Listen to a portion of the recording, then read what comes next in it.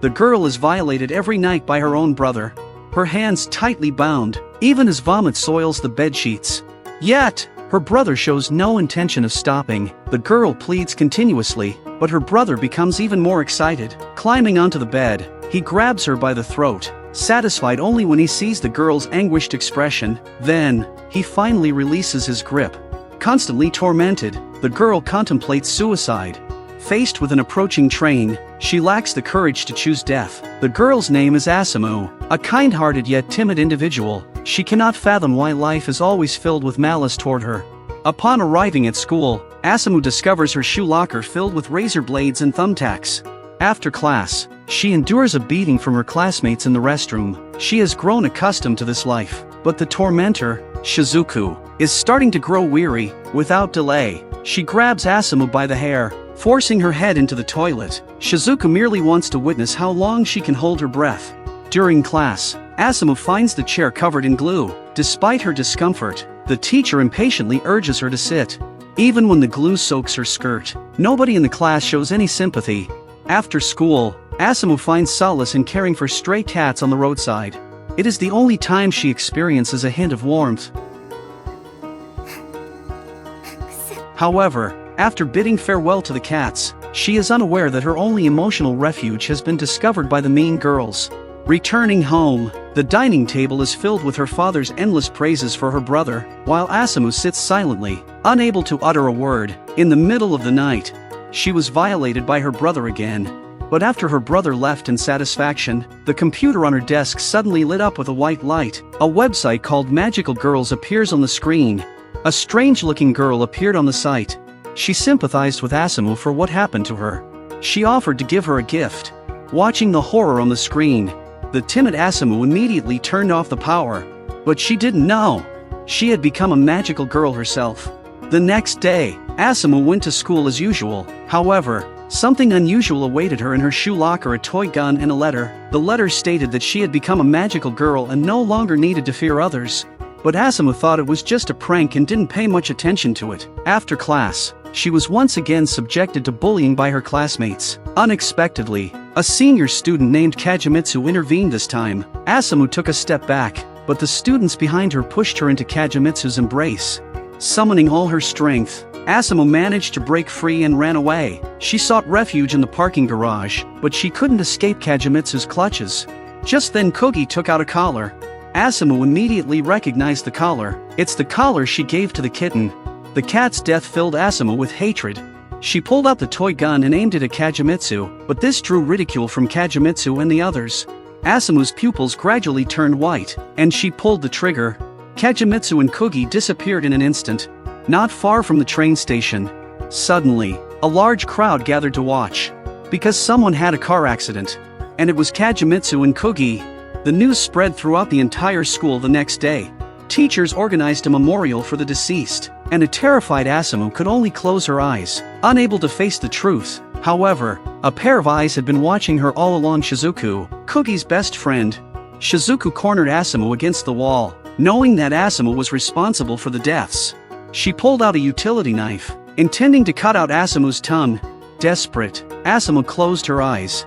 When she opened them again, Shizuku appeared frozen in place. Suddenly, another hand took the utility knife away. Asamu slumped down, weak and relieved. It was her classmate Numura who saved her. Numura claimed to be a magical girl. Her magic ability was to stop time. Numura couldn't understand why Asamu, possessing such powerful magic, would endure silently. So, she demonstrated how magic should be used. But Asamu couldn't accept it yet. Numura hadn't come to save Asamu without a reason. The so-called Magical Girl website was created to help unfortunate girls by granting them magic wands and powers. Asamu's magic wand was the toy gun, which had the ability to instantly teleport objects. Numura's magic wand was her cell phone, and her ability was to stop time. There were many other magical girls, but not all of them were benevolent. Recently, a magical girl killer had emerged, hunting down other magical girls and stealing their magic wands.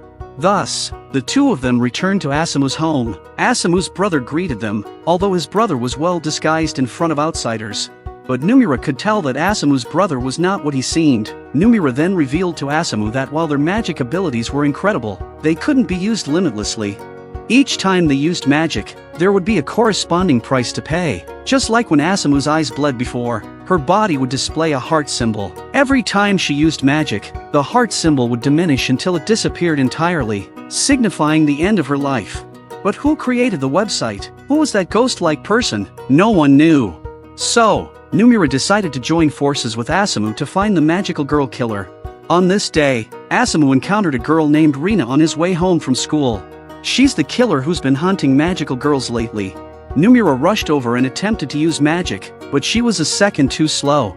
Rina had already created a special space with her magic wand, completely isolating them from the outside world, because Rina has hunted many magical girls. So she now has many magic wands, with the most absurd one being a camera. By taking a picture of someone, she could transform into their likeness. It was through the use of this camera that Rina had obtained her seductive appearance. Rina then brandished her magic wand, preparing to shock Asamu as a way to teach her a lesson. A piercing scream filled the air as Asamu collapsed to the ground, paralyzed by the electric shock. Asamu had a shadow over him from the last experience, so Asamu didn't dare to use his magic wand to fight back. Then Rina took out a hammer and tried to kill her. However, Asamu remained indecisive. Finally, with Numira's persistent encouragement, Asamu mustered the courage to use his magic wand. As the mist cleared, Asamu finally escaped the crisis.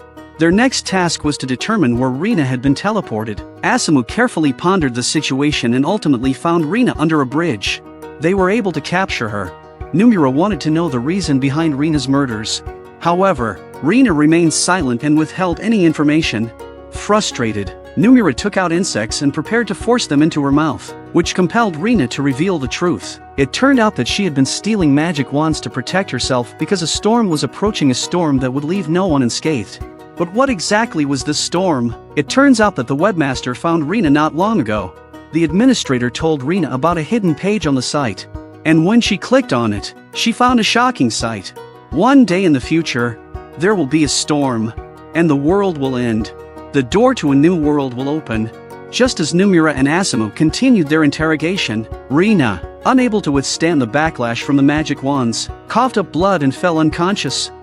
Numira and Asamu immediately rushed Rina, who was in a coma, to the hospital. Although the doctors informed them that Rina was out of immediate danger, her physical functions resembled those of an elderly person. At present, it seemed unlikely for her to regain consciousness easily. Numira and Asamu discussed what their next steps should be. During this time, Numira kept recalling what Rina had said and wondered about its meaning. Suddenly, Asamu suggested using magic to awaken Rina. However, they were unaware that the administrator of a website was on the rooftop, observing them.